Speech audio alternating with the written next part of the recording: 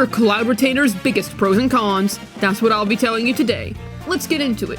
One of Xianyun's biggest pros being a humongous buff to Xiao. Mr. Lament was already a powerful unit. Faruzan made him quite competent, and Farina only buffed him further. Yet Xianyun solves one of Xiao's most glaring issues, his single target. Xianyun's buff only applies to one enemy target at a time. Xiao doesn't care about this, because his AoE is already good. He doesn't need any more help there. So Xianyun makes Xiao go from mid to a pretty great choice against bosses.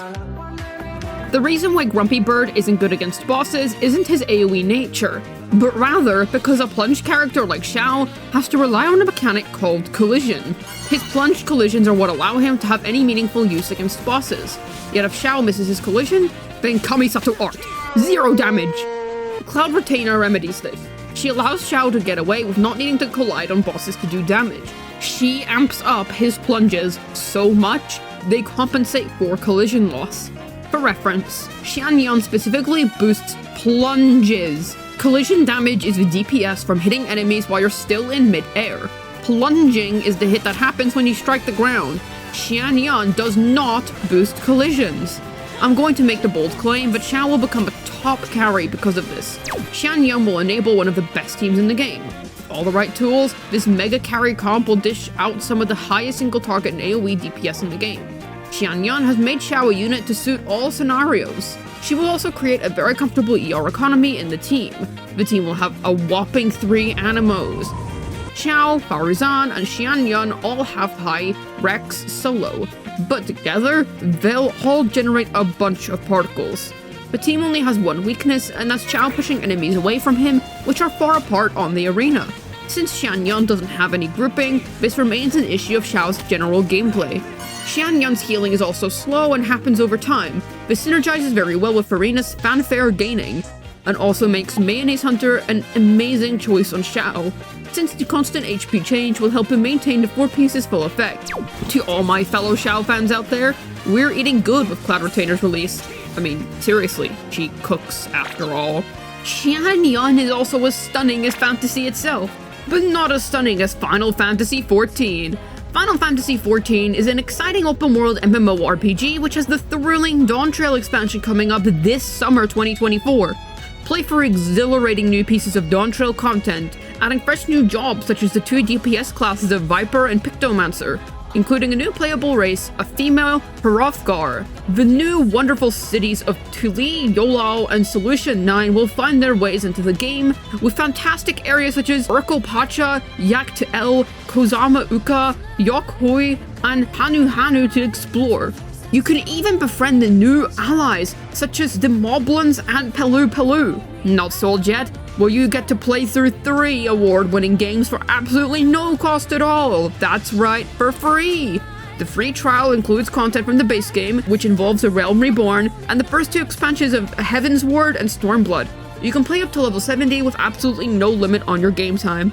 The full game and free trial are available on the PS5 and PS4, Windows, Steam, and Mac, and will also be arriving on Xbox during spring 2024.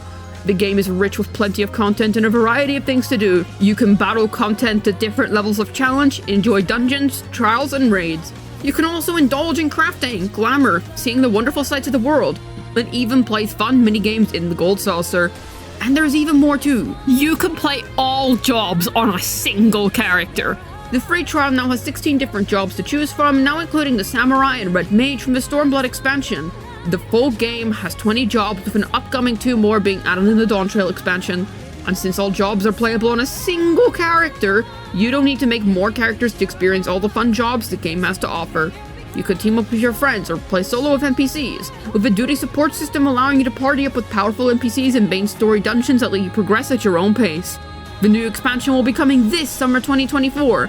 Final Fantasy XIV Dawn Trail will be releasing summer 2024 on PS5, PS4, Windows, Steam, Mac, and now Xbox. So what are you waiting for? Try out Final Fantasy XIV today. Another great thing Xianyun does? Enable the plunging playstyle for all units. So why is this good?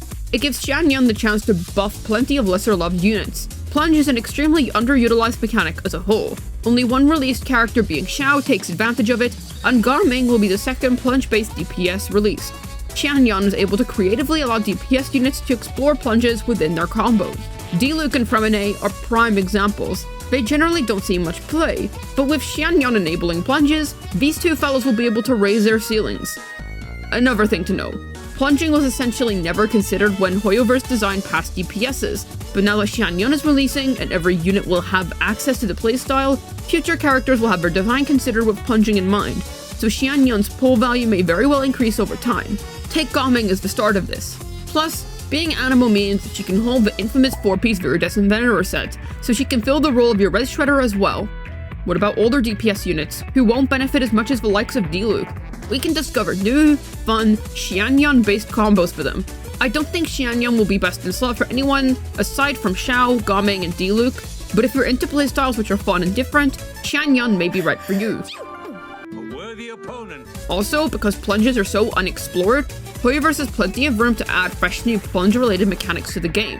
Xianyun will become the best healer in the game. Yes, even dethroning Baizhu and Kokomi. She'll end up having the highest amount of healing. Her heal duration is also long and does not immediately front-load itself. Because of this, she ends up having excellent synergy with gorgeous Furina. Furina's skill duration is very long, infinite uptime, and she drains quite a bit of your team's HP in exchange for fanfare. Xianyun's healing has the most consistent synergy with this. Since she heals a hefty amount, Furina's 3 little guys will never outpace Xianyun's recovery. It's also worth noting that Furina is the best character in the game. Working with the main star of a show is a very good trait. You can argue that any healer will work with Furina, but to me, Xianyun in particular deals very well with her. Units like Bennett, for example, are a little uncomfortable with Furina, since he only heals your on-field character, and only up to 70% of their HP. Applying 4-piece Viridescent Venerer for Furina is another powerful quality. Talk about a match made in heaven. Being an excellent healer also means you can use her outside of Xiao teams. If you choose, you can totally ignore her plunging buffs and mechanics, and just use her as a regular healer for your teams. She'll be incredibly effective for this. If you're struggling to find a good healer for your teams, Xianyun will most certainly do the trick. Xianyun's healing is also all team-wide. This is excellent, as you don't have to use her in any certain way to get all her heals. Look at Kokomi, for example. Her healing is also insane, but you have to play her on field if you want the team-wide aspect of it, which teams like Freeze don't care for. By the way, if you're enjoying the video, why not consider liking and subscribing? Maybe even leaving a cool comment down below. If you do, then Xianyun, mother of all birds, will cook you some chicken. Don't question it. Moving on. Plenty of heals, 4-piece VV, works with mentally unstable short men. Sounds a lot like a certain someone we all know, huh? None other than Jean. If you already have her, then Xianyun's pull value suddenly isn't too hot. Jean can complete the same tasks as Xianyun while being a standard. The main thing the bird has over the night, her plunge-related mechanics, but if you're not a Xiao or Gaming player, then that hardly matters at all. Does Xianyun have anything over Jean? Let's see. Jean frontloads all her healing in one blast. It is team-wide, but since the whole party is at full health and Jean continues healing afterwards, it takes longer to build Furina's max fanfare. Xianyun does not have this issue, her healing synergizes better with Furina on the whole. And then let the cricket sounds ensue. Yeah, they really aren't that much different. Xianyun doesn't push enemies away like Jean at least. Over time, Jean also becomes quite good for Xiao at C4, a 40% res shred for Animo characters' damage. She can run 4-piece VV for Furina as well. Plus, a little nitpick. Jean's burst cost is actually 64 thanks to her passive, which regens 20% of her energy. Xianyun individually has a higher cost of 70 energy. So really, you don't need Xianyun if you already have Jean. Being a bird, it only makes sense that Cloud Retainer is Animo. Yet as an Animo, she lacks one crucial feature that almost every Animo has. Think about this. What does Kazuha do? What does stunningly beautiful best girl Venti do? That's right, gripping. Sweetie, Venti, and Chill Kazuha are the best grippers in the game. This makes them insane in AoE content. Lacking grouping hurts Xianyun's flexibility a lot. Many teams would prefer to have proper crowd control over plunging mechanics. Xiao is heavily AoE since his spears are. The actual plunge mechanic on its own has a small area of impact. Now, Xiao already has good AoE, we've established this, which is why Xianyun does not have grouping, but it still hurts her other synergies with Gaming and Diluc. And because she's an Animo already, adding Kazuha or Venti to her teams is a waste of a VV user. You'd usually prefer another slot there. Behind knockback of plunges and Xianyun's buff being single target only make her boss specialized. And now for some minor nitpicks. Xianyun's build will be a bit restrictive. Her ER costs are quite high, so you'll want to run an ER-based weapon, which is a shame since running TDDS and Wandering Even Star would be nice team damage boosts, but they won't be practical in most scenarios. She'll need a bunch of ER as a solo animal as well for sure. Of course, these are general drawbacks for any high ER cost catalyst support. Well, Xianyun is a very unique unit. Enabling plunges opens a whole new world of possibilities.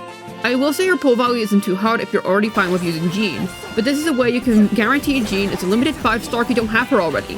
Aside from that, she is a splendid Xiao support and will bring our boy into the meta. Lamenters, winery omers, and gamers, pull for sure. And for everyone else, pull if you really need a solid healer and want to have some unconventional fun.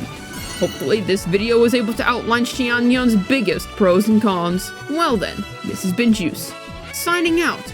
And I wish you all a day as delicious as Xianyun's cooking.